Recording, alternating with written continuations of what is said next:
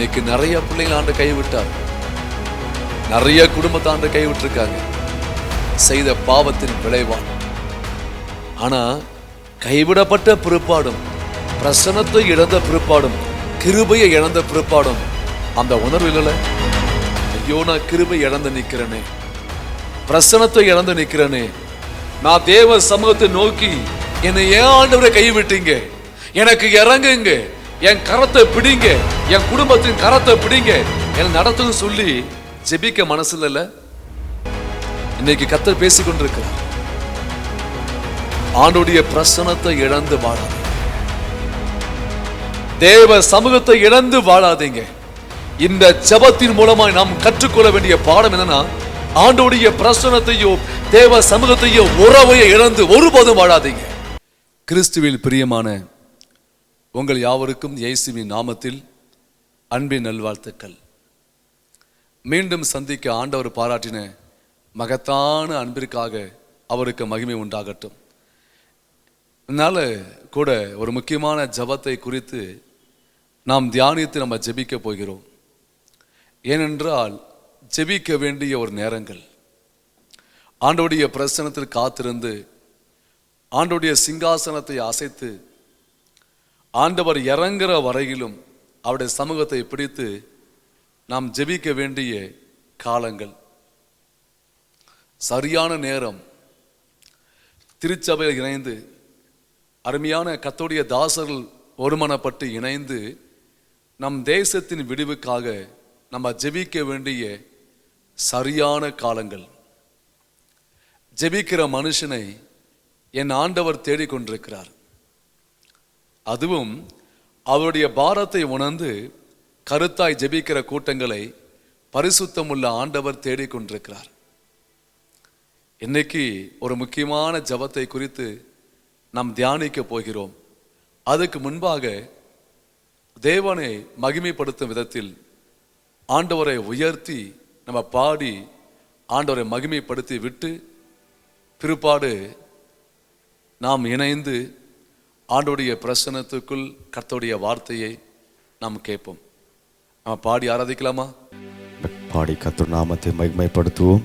எல்லோரும் கண்களை மூடி ஸ்தோத்திரம்பா, ஸ்தோத்திரம், ஸ்தோத்திரம்பா, ஸ்தோத்திரம்பா, ஸ்தோத்திரம்பா, சர்வ வல்லவரே உம்மை துதிக்கிறோம், துதிக்கிறோம், துதிக்கிறோம்பா, துதிக்கிறோம்பா, துதியின் மத்தியில் வாசம் பண்ணுகிறவரே உம்மை துதிக்கிறோம், துதிக்கிறோம், துதிக்கிறோம்பா, துதிக்கிறோம்பா, துதிக்கிறோம்பா. தகப்பனே, என் நாமத்தை பிரஸ்தாபப்படுத்தும் எந்த ஸ்தலத்திலும் நான் வந்து உங்களை ஆசீர்வதிப்பேன்னு சொன்னீங்களா ஆண்டவரே. தகப்பனே, நாங்கள் கூடி ஆராதிக்கிற அந்த நேரத்தில் ஆண்டவரே எங்கள் மத்தியில் நீர் வாசம் பண்ணும்படியா நாங்கள் செபிக்கிறோம். இயேசுவின் நாமத்தில் நல்ல பிதாவே, அல்லேலூயா. எழுப்புதலே எங்கள் வாஞ்சை, எழுப்புதல் தாரும் தேவா,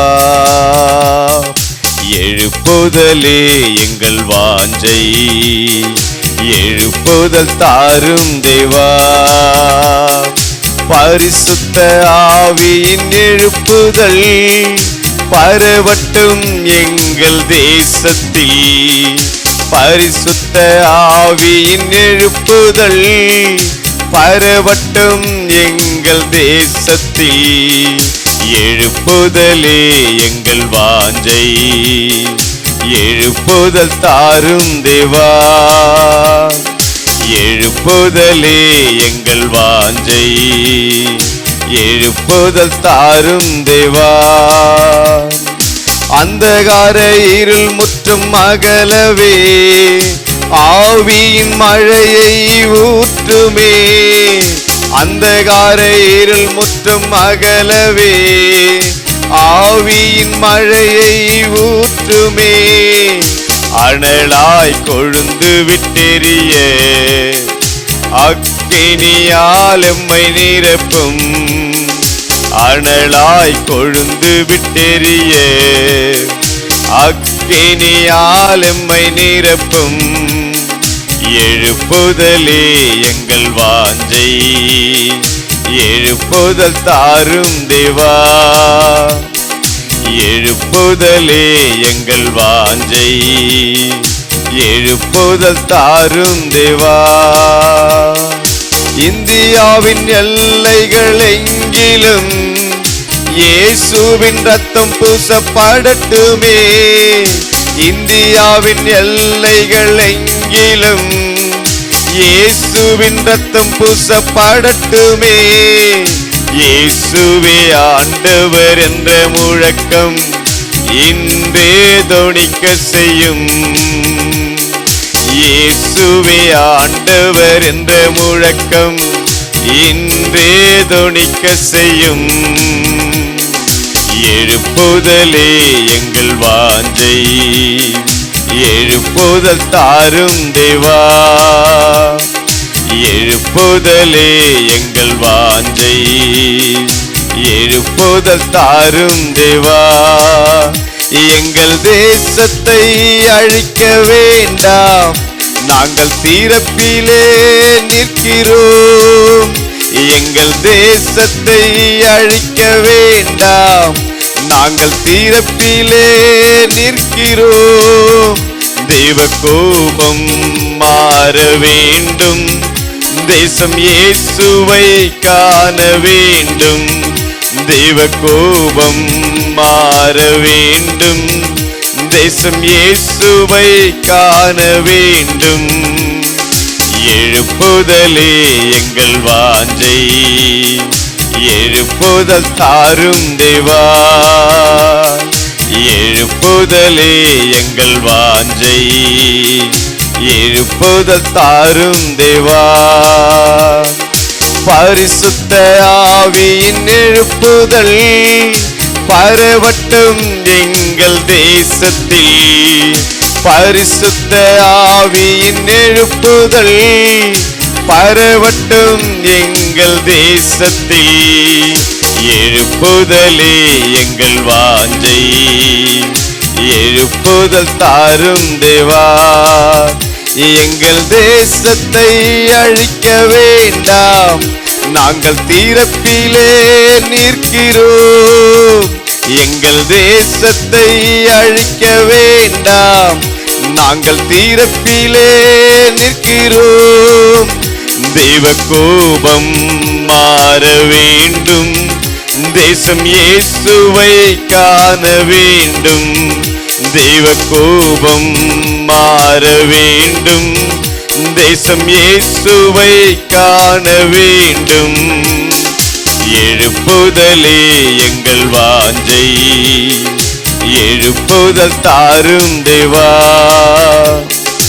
எழுப்புதலே எங்கள் வாஞ்சை, எழுப்புதல் தாரும் தேவா.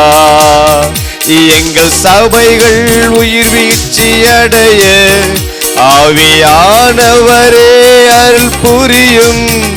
எங்கள் சபைகள் உயிர் வீழ்ச்சி அடைய ஆவியானவரே அருள் புரியும். பெருமழையின் சத்தம் கேட்க எங்கள் செவிகளை தூய்மையாக்கும்.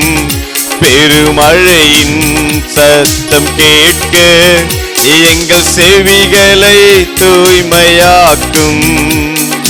எழுப்புதலே எங்கள் வாஞ்சை, எழுப்புதல் தாரும் தேவா. எழுப்புதலே எங்கள் வாஞ்சை, எழுப்புதல் தாரும் தேவா. எழுப்புதலே எங்கள் வாஞ்சை, எழுப்புதல் தாரும் தேவா. பரிசுத்த ஆவியின் எழுப்புதல் பரவட்டும் எங்கள் தேசத்தில். பரிசுத்த ஆவியின் எழுப்புதல் பரவட்டும் எங்கள் தேசத்தில். எழுப்புதலே எங்கள் வாஞ்சை, எழுப்புதல் தாரும் தேவா. எங்கள் பாரதம் எங்கள் பாரதம் இயேசுவின் பாரதம். எங்கள் பாரதம் எங்கள் பாரதம் இயேசுவின் பாரதம். அறுவடையின் காலம் மல்லோ, முடங்கி கிடப்பது நியாயம் தானா? அறுவடையின் காலம் மல்லோ, முடங்கி கிடப்பது நியாயம் தானா? கண்ணீர் சிந்த ஆளில்லை, கதறி ஜெபிக்க ஆளில்லை. கண்ணீர் சிந்த ஆளில்லை, கதறி ஜெபிக்க ஆளில்லை. யாரை அனுப்புவேன், யாரை அனுப்புவேன் என்ற சத்தம் தொனிக்கிறதே. யாரை அனுப்புவேன், யாரை அனுப்புவேன் என்ற சத்தம் தொனிக்கிறதே. சேனையா எழும்புவோம் யுத்த களத்தில், சேனையா எழும்புவோம் யுத்த களத்தில். அழியும் கோடி மாந்தரை மீட்க இன்றே புறப்படுவோம். அழியும் கோடி மாந்தரை மீட்க இன்றே புறப்படுவோம். எங்கள் பாரதம், எங்கள் பாரதம், இயேசுவின் பாரதம். எங்கள் பாரதம், எங்கள் பாரதம், இயேசுவின் பாரதம். அறுவடையின் காலம் மல்லோ, முடங்கி கிடப்பது நியாயம் தானா? அறுவடையின் காலம் மல்லோ, முடங்கி கிடப்பது நியாயம் தானா? கண்ணீர் சிந்த ஆளில்லை, கதறி ஜெபிக்க ஆளில்லை. கண்ணீர் சிந்த ஆளில்லை, கதறி ஜெபிக்க ஆளில்லை. யாரை அனுப்புவேன், யாரை அனுப்புவேன் என்ற சத்தம் தொனிக்கிறதே. யாரை அனுப்புவேன், யாரை அனுப்புவேன் என்ற சத்தம் தொனிக்கிறதே. சேனையா எழும்புவோம் யுத்த களத்தில், சேனையா எழும்புவோம் யுத்த களத்தில். அழியும் கோடி மாந்தரை மீட்க இன்றே புறப்படுவோம். அழியும் கோடி மாந்தரை மீட்க இன்றே புறப்படுவோம். அழியும் கோடி மாந்தரை மீட்க இன்றே புறப்படுவோம். எங்கள் பாரதம், எங்கள் பாரதம், இயேசுவின் பாரதம். எங்கள் பாரதம், எங்கள் பாரதம், இயேசுவின் பாரதம். பரிசுத்தமுள்ள நல்ல பிதாவே, இயேசு கிறிஸ்துவின் நாமத்தினால் நாங்கள் செபிக்கிறோம்ப்பா. தகப்பனே, இந்த கடைசி நாட்கள் ஆண்டவரே எங்களை பாரப்படுத்தும்படியா நாங்கள் செபிக்கிறோம்ப்பா. தகப்பனே, எழுப்புதலுக்காக ஆண்டவரே அப்பா எங்களை எழுப்பி ஆண்டவரே துரிதப்படுத்தும்படியா நாங்கள் செபிக்கிறோம் ஆண்டவரே. தகப்பனே, ஒவ்வொரு நாளும் ஆண்டவரே அப்பா உம்முடைய எழுப்புதலுடைய வாஞ்சை எங்கள் உள்ளத்தில் பற்றி எரியும்படியா நாங்கள் செபிக்கிறோம்ப்பா. தகப்பனே, தொடர்ந்து நடத்தி உங்கள் நாமத்தை மகிமைப்படுத்தும் இயேசு கிறிஸ்துவ நாமத்தில் நல்ல பிதாவே, ஆமென். ஆண்டவரை பாடி நம்ம மகிமைப்படுத்தினோம். இன்னைக்கு இயேசு கிறிஸ்து சிலுவையில் ஜெபித்த 3 ஜெபங்களை குறித்து நம்ம கண்ணும் கருத்துமாய் தியானித்து ஆண்டவருடைய வார்த்தைக்கு நம்ம அர்ப்பணித்து நம்ம ஜெபிக்க போகிறோம். நல்ல கவனிங்க. ஜெபத்திலே ஆரம்பித்து ஜெபத்திலே முடித்தவர் என் இயேசு. அவரை பொறுத்த வரையிலும் ஜெபம் ஒரு பக்கம், அது ஒரு பக்கம் கிடையாது. அவருக்கு எல்லாமே ஜெபம்தான். ஜெபம் என்ற வார்த்தை நான் தேவனோடு கொண்ட நல்ல உறவு. இன்னும் சொல்லப்போனால் தாய்க்கும் பிள்ளைக்கும் இடைப்பட்ட அந்த தொப்புளுக்குடி உறவு தான் ஜெபங்கள். என்னைக்கு தொப்புளுக்குடி உறவு குழந்தையுடைய வாழ்க்கையில் அறுபட்டு போகுதோ அந்த பிள்ளைக்கு கிடைக்க வேண்டிய எந்த ஊட்டச்சத்தும் எந்த ஆகாரமும் புறப்பட்டு போகாது. நான் இன்னைக்கு சொல்றேன், பொல்ல சுவாசிக்கிறதுனா ஒரு குழந்தை தாயின் வயிற்றில் சுவாசிக்குது என்றால் தொப்புள் குடியின் மூலமாய் அந்த பிள்ளைக்கு வேண்டிய அத்தனை நன்மையும் புறப்பட்டு போகுது என்றால் அந்த தொப்புள் கொடி. அதாங்க ஜெபம். படைத்தவருக்கும் நமக்கும் இல்ல படைத்தவரையும் நம்மையும் இணைக்கின்ற அருமையான உறவு இருக்குமானால் ஜெபம் மட்டும்தான். ஜெபம் இல்லாமல் தேவனோடு நெருங்கிய தொடர்பு கொள்ள முடியாது. அவரோடு ஐக்கியப்பட்டு நம்ம நடக்க முடியாது. அவரோடு கூட சஞ்சரிக்க முடியாது. அவரோடு கூட இணைந்து வர முடியாது. இன்னும் சொல்ல போனால் தேவ சித்தத்தை அறிந்து ஒருபோதுமே நாம் ஜெபிக்க முடியாது. ஜெபம் நம்முடைய வாழ்க்கையில நாம் சுவாசிக்கின்ற காத்தா இருக்கணும். இன்னும் சொல்ல போனால் நமக்குள்ள ஓடிக்கொண்டிருக்கிற ரத்தமா இருக்கிறது.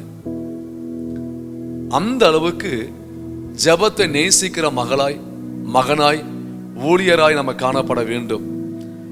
இன்னைக்கு நம்மை படைத்த நம்முடைய தகப்பன் இயேசுவின் ஜெப வாழ்க்கையை குறித்து நம்ம கண்ணும் கருத்துமாய் தியானித்து நம்ம ஜெபிக்க போகிறோம்.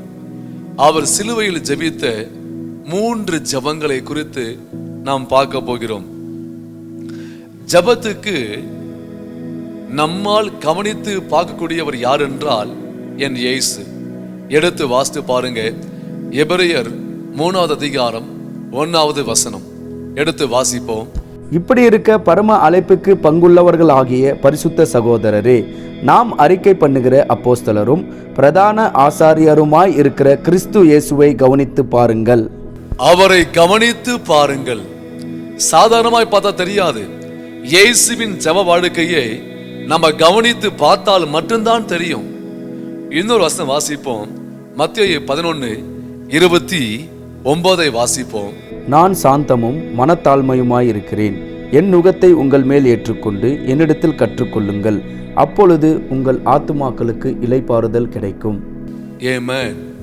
ஆண்டவர் தெளிவாக சொல்றாரு, என்னிடத்தில் கற்றுக்கொள்ளுங்கள். ஜெபத்தை பொறுத்த வரையிலும் யாரிடமும் கற்றுக்கொள்ள முடியாது.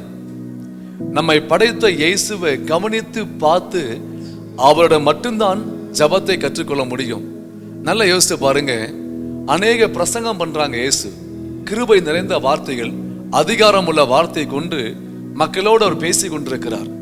2வது பார்க்கும்போது அவர் மூலமாய் அசாதாரணமான வல்லமை வெளிப்படுது. அதில் அசைக்கப்படாத சீசர்கள் அவர் ஜெப வாழ்க்கையில அவங்க அசைக்கப்பட்டாங்க பாருங்க. அவங்க கேட்டாங்க, நாங்களும் ஜெபிக்கணும், ஜெபத்தை எங்களுக்கு போதிங்க. அப்போனா ஜெபத்தை எங்க கற்றுக்கொள்ள முடியும்னா ஆண்டவருடைய சமூகத்துல மட்டும்தான் ஜெபத்தை கற்றுக்கொள்ள முடியும். ஜெபத்துக்கான பயிற்சி கொடுக்கலாம். ஜெபத்தை குறித்து பேசலாம். ஹவ் டு பிரேயர், எப்படி ஜெபம் பண்ணலாம், எப்படி ஜெபிக்கணும், எந்த விதத்தை ஜெபிக்கணும் சொல்லி கொடுக்கலாம். ஆனா ஜெபங்களை கற்றுக்கொள்ள வேண்டுமானால், பழக வேண்டுமானால் இயேசுவின் சமூகத்துக்கு போனால் மட்டும்தான் ஜெபத்தை கற்றுக்கொள்ள முடியும். 3வது ஒரு வார்த்தையை வாசிப்போம். 1 பேதுரு 2வது அதிகாரம் 21வது வசனம் வாசிக்க கேட்போம். இதற்காக நீங்கள் அழைக்கப்பட்டும் இருக்கிறீர்கள். ஏனெனில் கிறிஸ்துவும் உங்களுக்காக பாடுபட்டு நீங்கள் தம்முடைய அடிச்சுவடுகளை தொடர்ந்து வரும்படி உங்களுக்கு மாதிரியை பின்வைத்து போனார். மாதிரியை பின் வைத்து போனால் நம்ம பின்பற்றக்கூடிய அளவிற்கு ஜெபித்தவர் யார் என்றால் என் இயேசு. அவரை போல ஜெபத்தின் ஆழத்தை தொட்டவர் யாரும் கிடையாது. அவரை போல ஜெபித்தவர்கள் யாரும் கிடையாது. அவர் ஜெப வாழ்க்கையே கவனித்து பாருங்கள், கவனித்து பாருங்கள். அப்பதான் நீங்க கற்றுக்கொள்ள முடியும். கற்றுக்கொண்டாதான் பின்பற்ற முடியும். என் இயேசு எல்லா ஜெபத்துக்கும் அவரிடம் கவனித்து பார்க்கும்போது கற்றுக்கொள்ள முடியும், நம்ம பின்பற்ற முடியும். நல்லதுங்க. என் இயேசுவை பார்க்கும்போது அதிகாலையில் ஜெபித்தார், இருட்டோட எழுந்து ஜெபித்தார். மார்க்கு 1:35 வாசிக்கிறோம். அவர் அதிகாலையில் இருட்டோடு எழுந்து ஜெபித்தார் என்று வாசிக்கிறோம். அவர் சாயங்காலத்தில் ஜெபித்தார் என்று மார்க்கு 14வது அதிகாரம் 23வது வசனத்துல வாசிக்கிறோம். இரவு முழுக்க ஜெபித்தார் என்று லூக்கா 6:13 வாசிக்கிறோம். அவர் உபவாசம் பண்ணி ஜெபம் பண்ணான்னு சொல்லி மத்தேயு 4வது அதிகாரத்தில் வாசிக்கிறோம். எல்லா ஜெபங்களையும் அவரிடம் கற்றுக்கொள்ள முடியும். இன்னும் சற்று அவரை கூர்ந்து கவனித்தால் ஜபத்தின் ஆழத்தையும் ஜபத்தின் அகலத்தையும் அவரிடமிருந்து நாம் கற்றுக்கொள்ள முடியும். சற்று கூர்ந்து கவனித்தால் இயேசுவிடம் இருந்து ஜபத்தின் ஆழத்தையும் ஜபத்தின் நீளத்தையும் ஜபத்தின் அகலத்தையும் அழகாய் கற்றுக்கொள்ள முடியும். இன்னைக்கு நிறைய மனுஷனுக்கு ஜெபிக்கணும் ரொம்ப ஆசை. எப்படி ஆகிலும் ஒரு நாளைக்கு 1 hour ஜெபிக்கணும் பிரதர், போராடி கொண்டிருப்பாங்க பாருங்க. அவங்க முழங்கால் போடுவாங்க, ஜெபம் பண்ண ஆரம்பிப்பாங்க, 10 நிமிடங்கள் தாண்ட மாட்டாங்க. சிந்தை நிக்காது, என்ன சொல்லி ஜெபிக்கணும் தெரியாது. சொன்ன வார்த்தையை மீண்டும் மீண்டும் மீண்டும் சொல்லி அவங்க ஜெபங்களே அவங்களுக்கு ஒரு மாதிரி ஆயிடும். ஜெபிக்க வேண்டிய வாஞ்சை அவங்களுக்குள்ள அற்று போயிடும் பாருங்க. ஆனா என் இயேசுவை பார்க்கும்போது அவருக்குள்ள வைக்கப்பட்ட ஜெபத்தின் வாஞ்சை, அந்த வாஞ்சை என்ற வார்த்தையை விட அவர் பிதா மேல கொண்ட அந்த அன்பு பார்த்தீங்களா, அந்த அன்பு என்னாச்சுன்னா எப்படியாப்பட்ட ஊழியம் செய்தாலும் சரி அந்த அன்பு அவரை சுண்டி இழுக்க ஆரம்பித்தது. அந்த உறவில் தொடப்பட்டார், அந்த உறவின் ஆழத்தில் தொடப்பட்டார். அவர் ஜெப வாழ்க்கை அற்புதமாக இருந்தது. அவர் ஜெபத்திலே ஆரம்பித்து ஜெபத்திலே முடித்தவர் யார் என்றால் என் இயேசு. இன்னைக்கு என் இயேசு ஜெபித்த 3 ஜெபங்கள், அதுவும் கல்வாரி சிலுவையில அவர் ஜெபித்த 3 ஜெபங்களை கண்டு தியானித்து நம்ம ஜெபிக்க போகிறோம். நல்ல நிலைமையில ஒரு மனுஷன் ஜெபம் பண்ணலாங்க, ஜெபம் பண்ண முடியும். ஆனா கடினமான நேரத்தில் ஒரு மனுஷன் ஜெபம் பண்றான் பார்த்தீங்களா, அதான் சரியான ஜெப வாழ்க்கை. சந்தோஷமா இருக்கும்போது மகிழ்ச்சியா இருக்கும்போது நம்ம ஜெபிக்கலாம், ஜெபிக்க முடியும். அதே இக்கட்டான நேரத்தில், கடினமான நேரத்தில், பலவீனமான நேரத்தில் ஒரு மனுஷன் இறங்கி ஜெபிக்கிறான் பார்த்தீங்களா, மணிக்கணக்காய் ஆண்டுடைய பிரசன்னத்தில் விழுந்து அப்பா நீங்க இறங்குன்னு கேட்கிறான் பார்த்தீங்களா, அதான் அற்புதமான ஜெப மனுஷன். என் இயேசு ஜெபித்த கடினமான நேரத்தில் ஜெபித்த 3 ஜெபங்கள். முதல் ஜெபம் எடுத்து வாசிங்க, லூக்கா 23வது அதிகாரம் 34வது வசனம் எடுத்து வாசிப்போமா? அப்பொழுது இயேசு, பிதாவே இவர்களுக்கு மன்னியும், தாங்கள் செய்கிறது இன்னதென்று அறியாதிருக்கிறார்களே என்றார். அவருடைய வஸ்திரங்களை அவர்கள் பங்கிட்டு சீட்டு போட்டார்கள். நல்ல கவனிங்க, இப்ப இயேசுவின் கடினமான நேரம், கல்வாரி சிலுவையில அவர் தொங்கிக் கொண்டிருக்கிறார். உடம்பெல்லாம் படைசாலை போல கிழிக்கப்பட்ட நேரம் அது. ரத்தம் முழுமைக்கும் சிந்தி கொண்டிருக்கிற நேரம் அது. 3 ஆணிகளால் தொங்கியபடியே அவர் செய்த முதல் ஜெபம், பிதாவே இவர்களுக்கு மன்னியும், பிதாவே இவர்களுக்கு மன்னியும். யோசித்து பாருங்க, அந்த கல்வாரி பிரசனத்துல, அந்த கல்வாரி சமூகத்தை நின்று சற்று கண்களை மூடி அந்த கல்வாரி சிலுவையை கொண்டு வந்து பாருங்க. அவர் நின்ன நேரம், இந்த வார்த்தையை சொல்லி அவர் ஜெபித்த நேரம் எப்படியாப்பட்ட நேரம் என்றால், அவர் ஜீவன் அவருக்குள்ளாய் மெல்ல மெல்ல போய்கொண்டிருக்கிற நேரம் அது. ரத்தம் முழுமைக்கும் போய்கொண்டிருக்கிற நேரம் அது. இன்னும் சொல்ல போனால் 3 ஆண்டுகளா தொங்கி சுவாசிக்க முடியாத நேரம் அது. அந்த நேரத்தில் என் இயேசு சொல்லி ஜெபித்த வார்த்தை தான், பிதாவே இவர்களுக்கு மன்னியும். 2வது, எல்லா மனுஷாலும் கைவிடப்பட்ட நிலைமை. சீசர்கள் அவரை விட்டு ஓடினார்கள், அவர் காட்டி கொடுக்கப்பட்டார், கல்வாரி சிலுவையில் அடைக்கப்பட்டார். இந்த இக்கட்டான நேரத்தில் தன்னை கஷ்டப்படுத்திய, தன்னை வருத்தப்படுத்திய மக்களுக்காக அவர் ஜெபித்த ஜெபந்தான், பிதாவே இவர்களுக்கு மன்னியும். இன்னைக்கு நான் பார்க்கிற காட்சி என்னன்னா, நல்ல சூழ்நிலையில் இருக்கும்போது மனுஷன் மன்னிப்பது சற்று கடினமா இருக்கு. ஆனா கடினமான நேரம், கைவிடப்பட்ட சூழ்நிலை, காட்டி கொடுக்கப்பட்ட சூழ்நிலை, நன்மை பெற்ற மனுஷன், அற்புதம் பெற்ற ஜனங்கள் அவரை தூஷிக்கிற நேரங்கள் அது. அந்த நேரத்தில் எழும்பி பிதாவே மன்னியும், பிதாவே மன்னியும், அறியாமல் செய்யறாங்களே பிதாவே மன்னியும். இந்த ஜெபம் விலையேறப்பட்ட ஜெபங்க, சாதாரண ஜெபம் கிடையாது.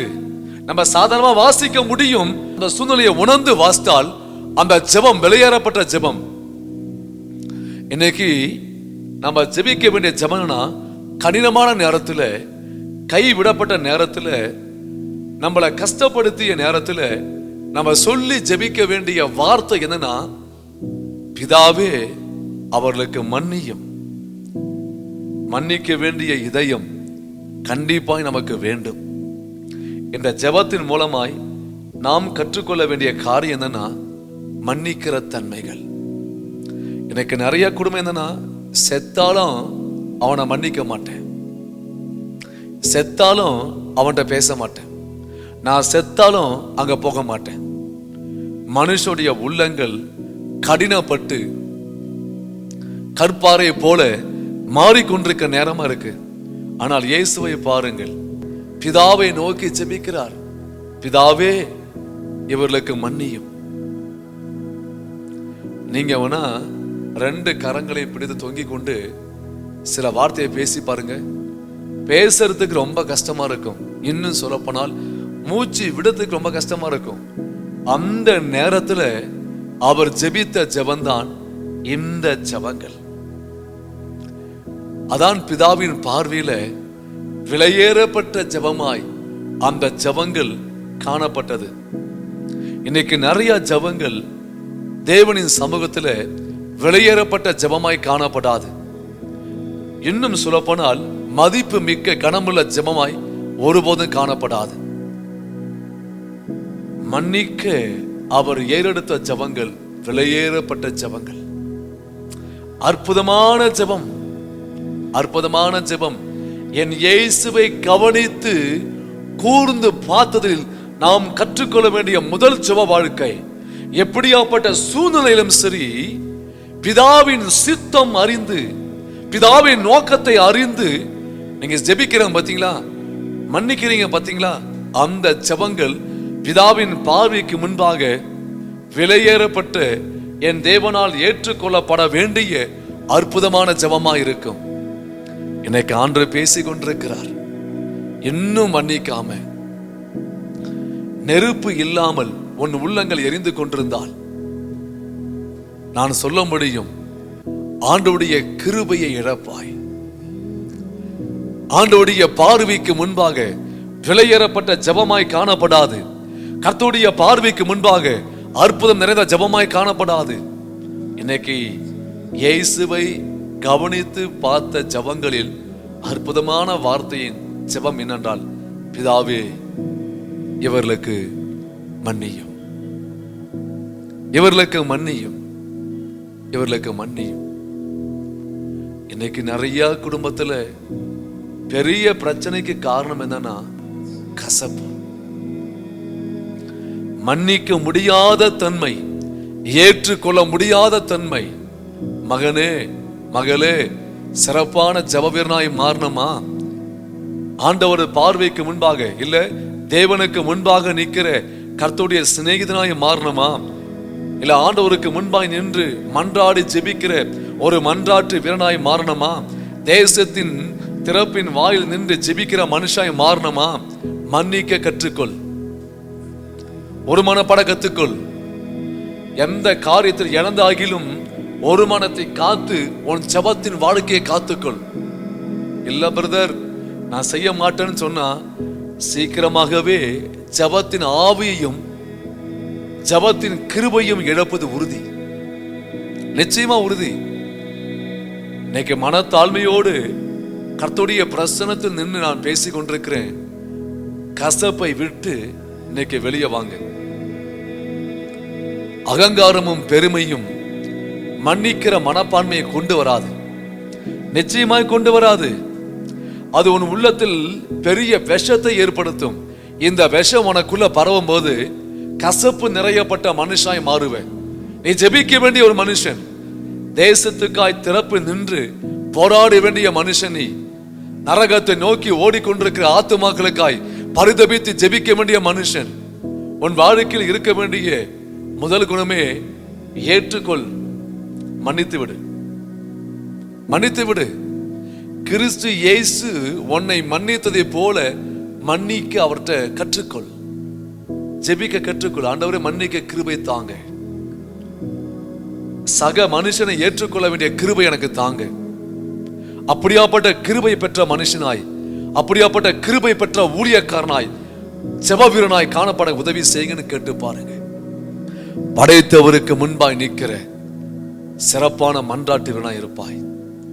கல்வாரி சிலுவையில என் இயேசு ஜெபித்த 2வது ஜெபங்கள் எடுத்து வாசிப்போம். மத்தேயு 27வது அதிகாரம் 46வது வசனம் எடுத்து வாசிக்க கேட்போம். 9ஆம் மணி நேரத்தில் இயேசு ஏலி ஏலி லாமா சபக்தானி என்று மிகுந்த சத்தமிட்டு கூப்பிட்டார். அதற்கு என் தேவனே ஏன் என்னை கைவிட்டீர் என்று அர்த்தமாம். என் ஆண்டவர் சொன்னார், என் தேவனே ஏன் என்னை கைவிட்டீர்?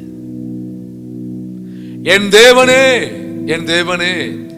என்னை ஏன் கைவிட்டீர்? இந்த ஜெபத்துக்கான அர்த்தம் என்ன? அவர் சிலுவையின் மரணத்தை கண்டு பயந்தோ அஞ்சியோ அவர் பேசவில்லை, இப்படி ஜெபிக்கல. அவருக்கு தெரியும், கல்வாரி சிலுவையில் அடிக்கப்படதான் நான் இறங்கி போய் ஆக வேண்டும் என்று இயேசுவுக்கு நல்லா தெரியும். கல்வாரி மரணத்தை ஏற்றுக்கொள்ள வேண்டும் என்று அவருக்கு தெரியும். இன்னும் சொல்லப்போனால் அதான் என்னை குறித்த தேவ நோக்கமும் என் பிதாவின் சித்தம் என்று இயேசு நன்கு அறிவார். பின்ன ஏன் இவ்வாறு கதறி ஜெபிக்க வேண்டும்? ஏனென்றால் நல்ல கவனிங்க, முழு மனு குலத்தின் பாவங்களை சுமக்க வேண்டிய நேரம் அது. அந்த பாவத்தை சுமக்கும் போது பிதாவின் முகங்கள் மறைக்கப்பட போது. ஏசாயா 59:1-2 வாசிக்கிறோம். உங்கள் அக்கிரமங்களே, உங்க பாவங்களே அவரையும் உங்களையும் அது பிரித்து விடும், அவர் முகத்தை மறைக்கும் என்று கர்த்தருடைய வார்த்தை எழுதப்பட்டிருக்கும். பாவம் என்ன செய்யணும்? படைத்தவருடைய முகத்தை மறைக்கும். பாவம் என்ன செய்யணும்? படைத்தவரையும் பாவம் செய்த மனுஷனையும் பிரித்து விடும். இங்க இயேசு பாவம் செய்யல, எல்லா மனுஷனுடைய பாவத்தையும் அவர் சுமந்து தீர்த்தாக வேண்டும். இப்ப அந்த பாவத்தின் விளைவால் பிதாவாகிய தேவன் கைவிடப்பட வேண்டிய நேரம் அது. 2வது, பிதாவின் முகம் மறைக்கப்பட வேண்டிய நேரம் அது. 3வது, பிதாவை விட்டு பிரிக்கப்பட வேண்டிய நேரம் அது. அது என் தேவனால் ஏற்றுக்கொள்ள முடியல, என் இயேசுவால் ஏற்றுக்கொள்ள முடியல. என் இயேசு யார் என்றால் பிதாவோடு சஞ்சரித்தவர். என் பிதாவின் சித்தம் எதுவோ அதை மட்டும்தான் செஞ்சார். ஆண்டவர் சொல்றத பாருங்க, பல இடங்களில் பேசுவார். என் பிதா காண்பது எதுவோ, என் பிதா பேசுவது எதுவோ, என் பிதாவின் மகிமை எதுவோ அது மட்டும்தான் பிள்ளையாகிய என்னுடைய ஏக்கம். பிதா பிதா பிதான்னு சொல்லி எப்போதும் பிதாவின் பிரசன்னத்தையும் பிதாவின் அன்பையும் வாஞ்சித்து நாடியவர் என் இயேசு. இந்த பாவத்தின் விளைவால், இந்த பாவத்தின் காரியத்தினால் பிரிக்கப்பட வேண்டிய நேரம் அது. அவரால் ஏற்றுக்கொள்ள முடியல. சிலுவையில் தொங்கியபடியே என் தேவனே என்னை ஏன் கைவிட்டீர்? எல்லா இடங்களிலும் பிதாவே இப்போதும் செவி கொடுப்பீர் என்பதை நான் அறிந்திருக்கிறேன் சொல்லி பிதா பிதா என்று சொன்னவர் இந்த ஒரு இடம் மட்டும்தான் என் தேவனே, என் தேவனே, என்னை ஏன் கைவிட்டீர்? ஒருவேளை இயேசுவுக்கு இப்படி ஒரு எண்ணம் இருந்திருக்கலாம். நான் துக்கப்படுவதை பார்த்து, நான் கஷ்டப்படுவதை பார்த்து, இந்த மரண ஆக்கினியை பார்த்து என் பிதா துக்கப்படுவாரே, என்னை படைத்தவர் துக்கப்படுவாரே, என் அன்பு தகப்பன் துக்கப்படுவாரே, அவருக்குள்ள என்ன இருக்கலாம். அது அவர் உள்ளத்தில் பெரிய வலியை ஏற்படுத்தியது. கல்வாரி சிலுவையில் அடித்த அடிகளும் குத்திய ஆணிகளும் அவரை காயத்தை ஏற்படுத்தல, வலியை ஏற்படுத்தல. அவருக்கு இருந்த பெரிய வலி என்னன்னா, என் பிதா துக்கப்படுவாரே. நீங்க யோசித்து பாருங்க, எனக்கு மகன் மகள் உண்டு. அவங்க வியாதிப்படும் போது, அவங்க பலவீனப்படும் போது என்னால நிம்மதியா சாப்பிட முடியாது, தூங்க முடியாது. ஐயோ பிள்ளை படுத்துக்காங்களே. சாதாரண உலக பிரகாரமா இருக்கிற ஒரு தகப்பனுக்கு இந்த பாசம் என்றால், படைத்தவரை யோசித்து பாருங்க. அவருடைய செல்ல குமாரன் அடிக்கப்படும் போது, அவங்க செல்ல குமாரன் நொறுக்கப்படும் போது, கல்வாரி சிலுவில காயப்படும் போது பிதா பார்த்துட்டு சும்மா இருப்பாங்களா? அவர் அடைந்த வேதனை, அவர் அடைந்த துக்கத்தை என் இயேசு கல்வாரி சிலுவையில் இருக்கும்போது யோசித்து பார்க்கிறார், யோசித்து பார்க்கிறாங்க. என் தேவனே, என் தேவனே, என்னை கைவிடாதீங்க. உங்க பிரசனத்தை விட்டு, உங்க சமூகத்தை விட்டு என்னால வாழ முடியாது, என்னால இருக்க முடியாது. என் பிதாவை இழந்து, என் பிதாவை பிரிந்து, என் பிதாவை தூரப்படுத்திட்டு என்னால வாழ முடியாது.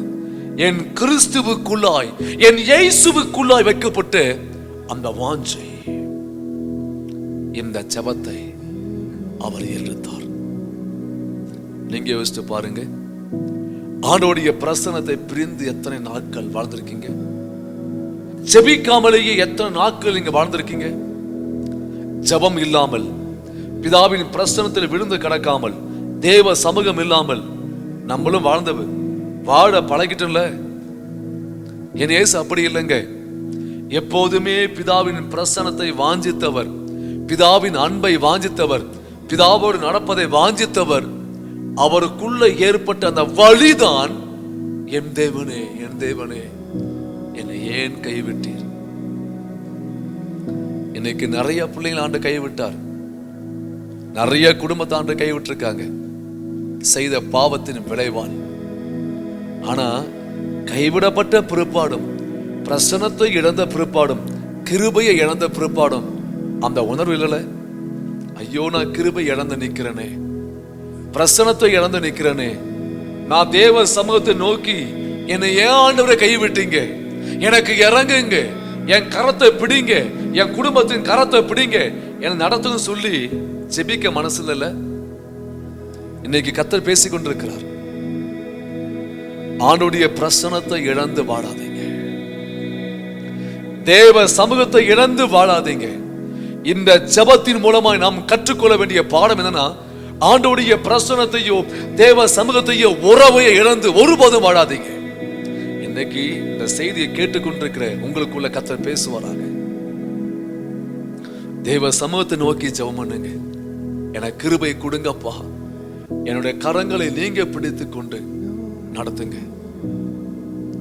எத்தனையோ ஊழியர் சொல்லிருக்காங்க, உங்க கரத்தை நான் பிடிச்சா நான் விட்டுடுவேன், ஏன் கரத்தை நீங்க பிடிச்சு கொள்ளுங்க, கடைசி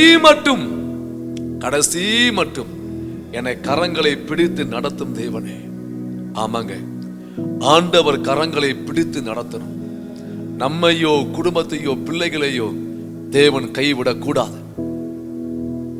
நம்ம ஜெபிக்க வேண்டிய ஒரு நேரங்கள். இன்னும் சொல்ல போனால், நம்முடைய தேசம் கைவிடப்பட்ட தேசமா இருக்கக்கூடாது. ஜெபவீரராகிய நாம் இணைந்து ஜெபிக்க ஆரம்பிக்கும் போது நம்முடைய தேசத்தை கர்த்தர் ஒருபோதுமே கைவிட மாட்டார். இன்னைக்கு சொல்றேன், ஜெபிக்கிற மனுஷனுடைய முழங்கால் தான் தேசத்துக்கான சேமம் இருக்கு, தேசத்துக்கான ரட்சிப்பு இருக்கு, தேசத்துக்கான சகல ஆசீர்வாதம் இருக்கு. மறந்து போவாதீங்க. என்னைக்கு ஜெபிக்க மறக்கிறீங்களோ நரகத்தில் வைக்கப்பட்ட நெருப்பு கொழுந்து விட்டு எரியும். என்னைக்கு ஜெபிக்க ஆரம்பிக்கிறீங்களோ நரகத்தின் நெருப்பை தாண்டி ஆத்துமாக்களை மீட்டு எடுக்கிறீங்க. இன்னைக்கு கர்த்தர் பேசி கொண்டிருக்கார்ல, ஜெபத்தின் ஆவியை தட்டிவிடு, எழும்பி ஜெபிக்க ஆரம்பித்து விடு. சோர்வுகள் பலவீனங்கள் தூக்கி எறிங்க. உலகத்தின் கவலைகள், குடும்பத்தின் கவலை தூக்கி எறி. தெய்வத்துடைய பாரத்தை சுமக்க அழைக்கப்பட்ட கூட்டங்க நீங்க. இன்னும் உட்காந்துட்டு பலவீனம் பலவீனம், எழும முடியல, தூங்க முடியல, வேண்டாம், தூக்கி போடுங்க. நீங்க ஜெபத்துக்கென்று அழைக்கப்பட்ட கூட்டங்கள், ஜெபத்துக்கென்று தெரிந்து கொள்ளப்பட்ட கூட்டங்கள். எழும்புங்க, எழும்புங்க. சிலுவையில் ஜெபித்த மூன்றாவது ஜெபம் எடுத்து பாருங்க. லூக்கா 23வது அதிகாரம் 46வது வசனம் வாசிக்க கேட்போம். இயேசு, பிதாவே, உம்முடைய கைகளில் என் ஆவியை ஒப்புவிக்கிறேன் என்று மகா சத்தமாய் கூப்பிட்டு சொன்னார். இப்படி சொல்லி ஜீவனை விட்டார். பிதாவே, உம்முடைய கரங்களில் என் ஆவியை ஒப்புவிக்கிறேன். இதாங்க முழுமையான தேவ சித்தம். இயேசுவை கூர்ந்து கவனிக்கும் போது தேவ சித்தத்தின் மையத்தில் நின்றுதான் ஜெபம் பண்ணுவார். சாதாரண நேரம் கிடையாது. கடினமான நேரத்துல தாம் விருப்பத்தை நிறைவேற்ற அவர் ஜெபிக்கல. அந்த சூழ்நிலையும் சரி, அழகாய் ஓட்டத்தை ஓடி முடித்து படைத்தோடைய கையில சகலவற்றை ஒப்பு கொடுக்க பார்த்தீங்களா? அங்கதாங்க தேவ சித்தம் முழுமையாய் நிறைவேறுகின்றது. தேவ சித்தம் முழுமையாய் நிறைவேறும். இன்னைக்கு சொந்த இச்சையை நிறைவேற்ற நம்ம ஜெபித்துக் கொண்டிருக்கிறோம். சொந்த தேவைக்காக மணிக்கணக்காய் ஆண்டோடைய பிரசனத்தை ஜெபிக்கிறோம். அப்ப தேவைக்கா ஜெபம் பண்ணக்கூடாதா? நான் அப்படி சொல்ல. ஆண்டோடைய பாரம் ஒண்ணுக்கு இல்ல. நான் பிரதானமாய் சொல்லுற புத்தி என்னவெனில், ராஜாக்கள், அதிகாரிகள் தேசத்துக்காய் நம்ம ஜெபிக்க வேண்டுமில்ல. யோசிச்சு பாருங்க. ஆண்டோடைய பாரத்தை சுமந்து திறப்பில் வாயில் நிக்கணும் இல்ல. அதான ஆண்டுடைய விருப்பம். உன் தேவைக்கா ஜெபம் பண்ணுங்க. கண்டிப்பாய் நம்ம குடும்பத்துக்காகவும் தேவைக்காக ஜெபம் பண்ணும். அதோட ஜெபத்தை ஸ்டாப் பண்ணக்கூடாது. ஆண்டோடைய விருப்பம் உனக்கு பாத்தீங்களா? தேவ வாஞ்ச உனக்கு பாத்தீங்களா? ஆண்டோடைய சித்தம் உனக்கு பாத்தீங்களா? அந்த சித்தத்துக்கு நம்முடைய ஜெப வாழ்க்கையை விட்டு கொடுக்கணும். இன்னும் சுய விருப்பத்தையும் சுய தேவைகளை மட்டும் முன்வைத்து ஜெபிக்கின்ற ஜெபமாய் நம்முடைய ஜெப வாழ்க்கை காணப்படக்கூடாது. எப்போதுமே முழுமையான தேவ சித்தத்துக்கு நம்முடைய ஜெப வாழ்க்கையை அர்ப்பணிக்கணும். அதாங்க ஒரு மனுஷனுடைய வாழ்க்கையில சரியான முடிவா இருக்கும். இன்னைக்கு நிறைய மனுஷனுடைய வாழ்க்கையில சரியான முடிவு கிடையாது. கரெக்டா ஆரம்பித்தார், கரெக்டா பிதாவின் கரத்தில் ஒப்பு கொடுத்தாரு பாருங்க. அதுங்க இன்னைக்கு படைத்தவர் பேசி கொண்டிருக்கிறார். உங்க வாழ்க்கையிலும் சரியாய் ஜபத்திலே ஆரம்பித்து ஜபத்திலே முடிக்கூடிய அனுபவம் நம்முடைய வாழ்க்கையில கட்டாயம் வேண்டும். கருவறை முதல் சிலுவையின் கடைசி நேரம் வரையிலும் என் இயேசு ஜபத்தில் ஆரம்பித்தார், ஜபத்திலே முடித்தார். இந்த முடிவு நமக்கு இருக்கணும். சில காலங்கள் நல்லா ஜெபம் பண்ணுவாங்க, ஊக்கமா ஜெபம் பண்ணுவாங்க, பாஸ்டிங் போட்டு ஜெபம் பண்ணுவாங்க, காலம் ஜெபம் பண்ணுவாங்க. பல காலங்கள் அது அப்படியே மாறா இருக்கும் பாருங்க, விழுந்து போய் கிடப்பாங்க. இன்னைக்கு ஆண்டவர் பேசி கொண்டிருக்கிறார். விழுந்து போன அவன் ஜபத்தின் கூடாரத்தை திரும்பவும் எடுத்து கட்டப்பட ஆண்டவருடைய பிரசன்னத்தை நோக்கிப்பார். இன்னைக்கு கட்டப்பட விட்டு கொடுனா நீ நாளுக்கு நாள் உன் ஜபத்தின் ஆவியை இழந்து ஒன்றுமில்லாமல் நீ போய் நிற்ப. தேவன் இல்லாமல் வாழ பழகுவேன். தேவனுடைய பிரசனம் இல்லாமல் நீ நடக்க பழகுவே. ஏனோக்கை குறித்து எழுதப்பட்ட வார்த்தை, அவன் தேவனோடு சஞ்சரித்தான். நோவா தேவனோடு சஞ்சரித்தான். ஆபிரகாம் தேவனோடு நடந்தார். இதாங்க வாழ்க்கை. நம்ம முடிவு சரியா அமையணும்னா ஜெபத்தில் நின்றே ஆகணும். நம்ம ஜெபித்தே ஆகணும். ஜெபித்தே ஆகணும். ஜெபம், நான் மீண்டும் சொல்றேன், நம்முடைய சுவாசமாய் மாறி ஆகணும். ஜெபம் நமக்குள்ள ஓடிக்கொண்டிருக்கிற ரத்தமாய் மாறி ஆகணும். ஜெபத்தை நம்ம சுவாசிக்கணும். ஜெபத்தை நம்ம நேசிக்கணும். ஜெபத்திலே வாழ பழகணும். இன்னும் சொல்லப்போனா ஜெபத்தை பிரியக்கூடாது. பிரிந்தால் நம்முடைய ஆவிக்குரிய வாழ்க்கை கிடையாது.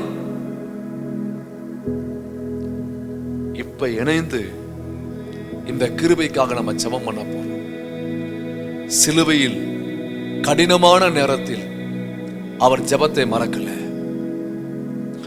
கடினமான நேரத்தில் என் இயேசு ஜெபித்தார். சிலுவையில் ஜெபித்த 3 ஜெபங்களையும் நம்ம தியானித்திருக்கிறோம். இந்த செய்தியை கேட்டுக்கொண்டிருக்க நீங்க உங்க வாழ்க்கையை விட்டு கொடுங்க. ஜெபிக்கிற மனுஷனை என் தேவன் தேடிக்கொண்டிருக்கிறார். அர்ப்பணிப்பீங்களா? கண்களை மூடுங்க. கண்களை மூடுங்க. சாதாரணமாய் நம்ம ஜெபிக்க முடியும். மன சந்தோஷமா இருக்கும்போது ஜெபிக்க முடியும். அதை விட கடினமான நேரத்தில் என் இயேசு ஜெபித்தார். ஜெபத்திலே ஆரம்பித்து ஜெபத்திலே முடித்தார். அப்படியே விட்டு கொடுங்க. அப்பா, நான் ஜெபத்தின் ஆவியை இழந்து விட்டேன். ஜெபிக்க வேண்டிய கிருபையை இழந்து விட்டேன். காலை ஜெபத்தை இழந்து விட்டேன். இரவு ஜெபத்தை இழந்து விட்டேன். உபவாசம் பண்ணி ஜெபிக்க வேண்டிய ஜெப வாழ்க்கையை நான் இழந்து விட்டேன். என்னை மன்னித்து என் ஜெபத்தின் வாழ்க்கையை திரும்பவும் எழும்பி கட்ட என்னுடைய பரிசுத்தமுள்ள ஆண்டவர் எங்களுக்கு இரக்கம் பாராட்டுங்க என்று அர்ப்பணிப்போடு ஜெபம் பண்ணீங்க. பிதாவே, இந்த அருமையான வேலைக்காக உமக்கு நன்றி. கொடிய கடைசி நாட்களுக்கு நிறைய புறப்பட்டு வந்திருக்கிறோம்.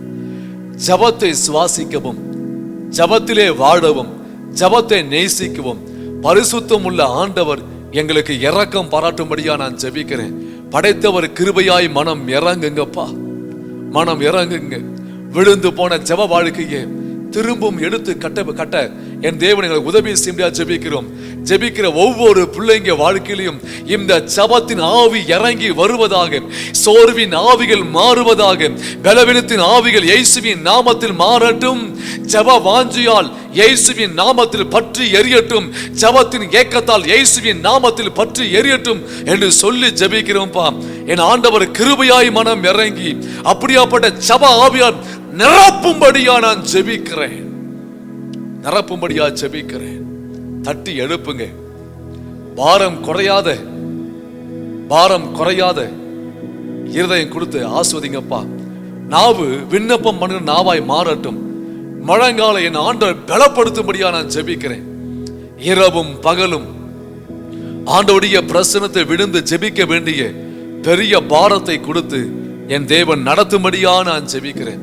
இந்த செய்தியை கேட்டு என்னோடு இணைந்து ஜெபிக்கிற ஒவ்வொரு கூட்டத்தையும், ஒவ்வொரு நபரையும் ஆசீர்வதியும். அவங்க குடும்பத்தை ஆசீர்வதியும். நீங்க அப்படியே சிறுக்காய் உமக்கு நன்றி. இயேசுவின் நாமத்தில் ஜெபிக்கிறோம் பிதாவே, ஆமென். நான் கடைசியா சொல்ற வார்த்தை உண்டு. ஜெபத்தை விடாதீங்க. முடிந்த அளவுக்கு முழங்கால் படியிட்டு ஜெபம் பண்ணுங்க. முடியலையா உட்கார்ந்து ஜெபம் பண்ணுங்க. உட்காரவும் முடியலையா நடந்து ஜெபம் பண்ணுங்க. நடக்க முடியலையா, ரொம்ப பலவீனமா இருக்கு, படுத்தாகிலும் ஜெபம் பண்ணுங்க. விடாதீங்க. ஜெபத்தை ஒருபோதும் விடாதீங்க. பரிசுத்தம் உள்ள ஆண்டவர் கூட இருப்பாராங்க. God bless you.